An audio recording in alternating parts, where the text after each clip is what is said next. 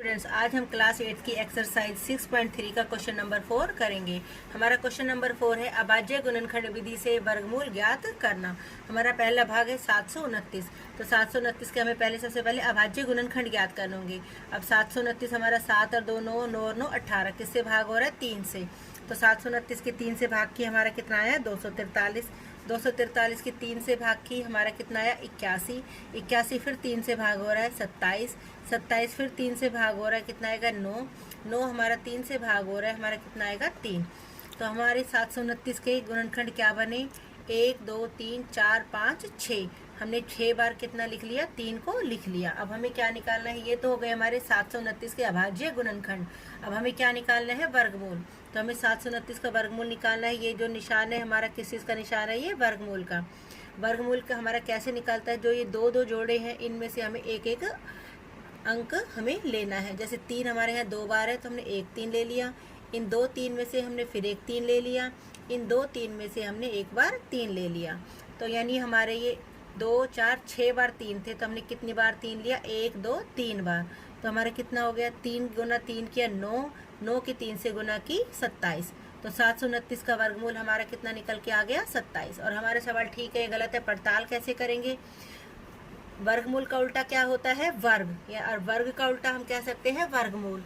तो 27 की 27 से गुना करो, यानी 27 का वर्ग कर लो। 27 गुना में 27। तो हमारा 729 आंसर आना चाहिए। अगला है हमारा 400। 400 हमारा सबसे पहले किससे भाग हो रहा है? 2 से। 400 की 2 से भाग की हमारा 200 आया। 200 की 2 से भाग की 100। 100 की 2 से भाग की 50। 50 की 2 से भाग की 25। अब 25 हमारा 2 से भाग नहीं हो रहा, ये किससे भाग होगा? 5 से। तो 5 से 25 की भाग की तो हमारा कितना आंसर आ गया? 5। तो हमारे 400 के अभाज्य गुणनखंड क्या क्या हुए? 1 2 3 4, यानी 4 बार तो 2 आएगा और 1 2 2 बार क्या आएगा हमारा? 5। अब हमें 400 का क्या निकालना है? वर्गमूल। हमने वर्गमूल का निशान लगाया। इस 2 में से एक 2 आ गया, इन 2 में से एक 2 आ गया और इन दोनों 5 में से एक 5 आ गया। अब हमने किया 5 दूनी 10, 10 दूनी 20।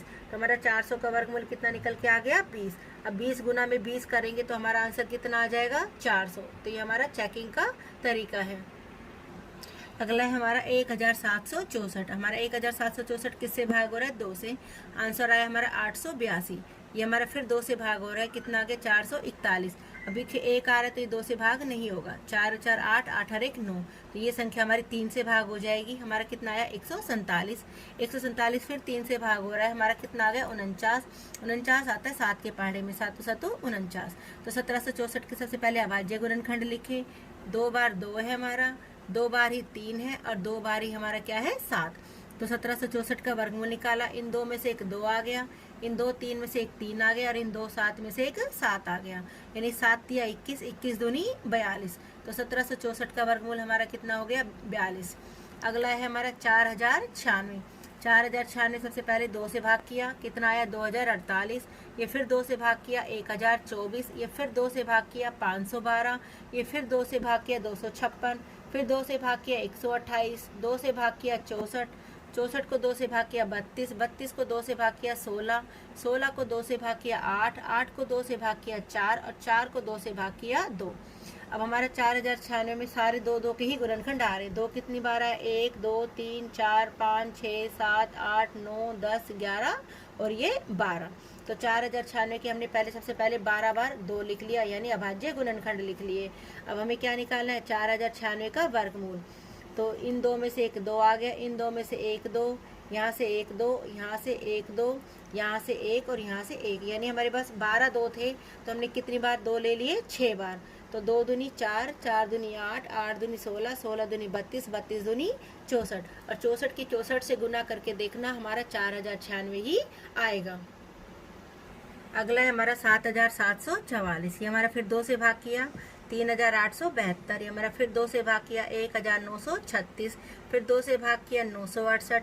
2 से भाग किया इसको 484। इसको 2 से भाग किया 242। 242 को 2 से भाग किया 121 और 121 आता है हमारा 11 के पहाड़े में। 11 से 121 को भाग किया तो हमारा कितना आया? 11।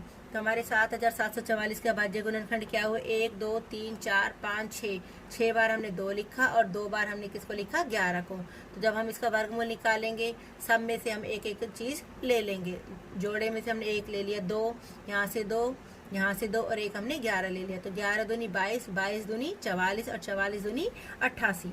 अगला आता है हमारा 9604। 9604 की 2 से भाग की 4802, इसकी 2 से भाग की 2401। अब 2401 हमारा भाग होता है 7 से 343 पर।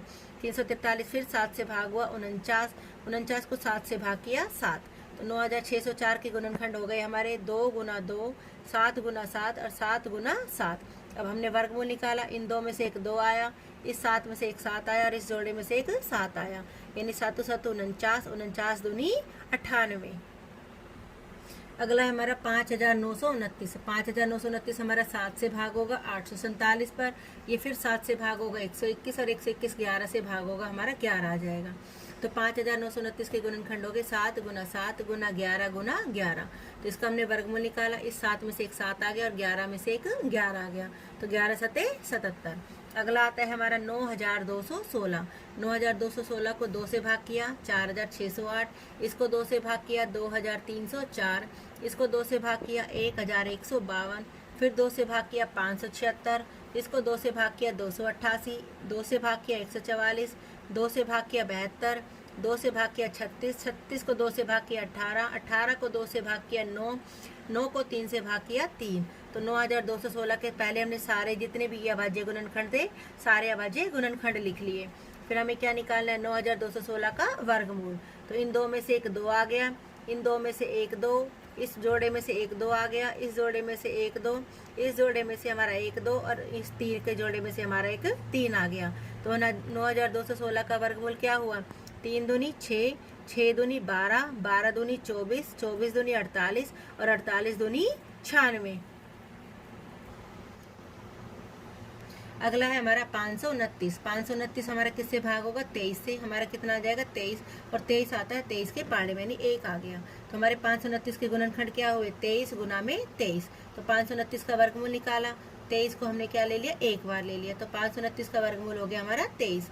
अगला है हमारा 8100, यानी 8100 का हमें वर्गमूल निकालना है। ये भाग होगा 3 से 2700, 3 से भाग किया 900, 3 से भाग किया 300, फिर 3 से भाग किया 100, 100 को 2 से भाग किया 50, 2 से भाग किया 25, 25 को 5 से भाग किया हमारा 5। तो 8100 के पहले हमने सारे अभाज्य गुणनखंड थे वो लिख लिए।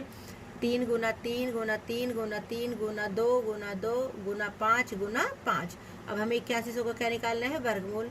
इन 2 3 में से एक 3 आया, इन 2 3 में से एक 3, 2 में से एक 2 आया और 5 में से एक 5 आया। 5 दूनी 10, 10 दिया 30, 30 दिया 90।